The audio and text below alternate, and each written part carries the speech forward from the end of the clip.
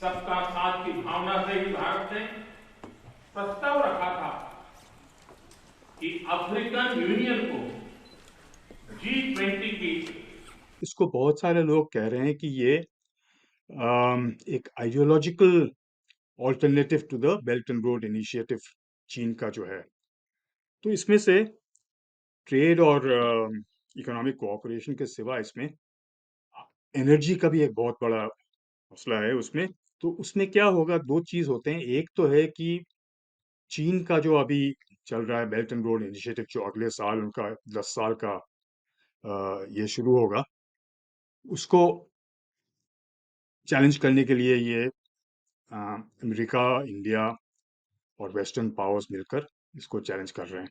दूसरी बात है, इसको कह रहे हैं green and digital bridge across continents, जो सच्ची में पूरा रीजन को बदलने का एक उम्मीद है।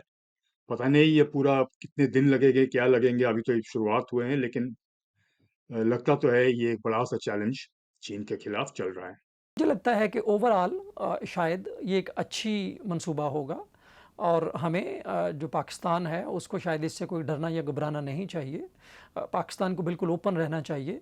हमें सी पैक जो है उसको ऑफ़र करना चाहिए कि इंडिया, यूएसए, बाकी जो मुल्क हैं वो सी पैक का हिस्सा बने और इसी तरह हमें भी तैयार होना चाहिए कि हम जो ट्रेन का जो एक इंफ्रास्ट्रक्चर का प्रोग्राम आ रहा है उसका हिस्सा हम बन सकें। क्योंकि इस तरह के जो मंसूबे होते हैं इंफ्रास्ट्रक्चर के, खासकर जब वो हमारे रीजन्स में लगते हैं, साउथ एशिया जो कि बहुत ज़्यादा कह लें कि कम है इसके अंदर इंफ्रास्ट्रक्चर इस तरह का, तो इस तरह के मंसूबे मुझे लगता है कि आखिर तौर पे रीजन के लिए ही तरक्की लेके आएंगे। और रीजन में जब भी तरक्की आती है तो वो ज़ाहिर है तमाम हमसाए जो हैं वो उसको शेयर करते हैं, वो चाहे सी पैक की वजह से पाकिस्तान में आए या जो ट्रेन इनिशिएटिव है उसकी वजह से इंडिया में आए या बाकी लोग उस रीजन्स में आए।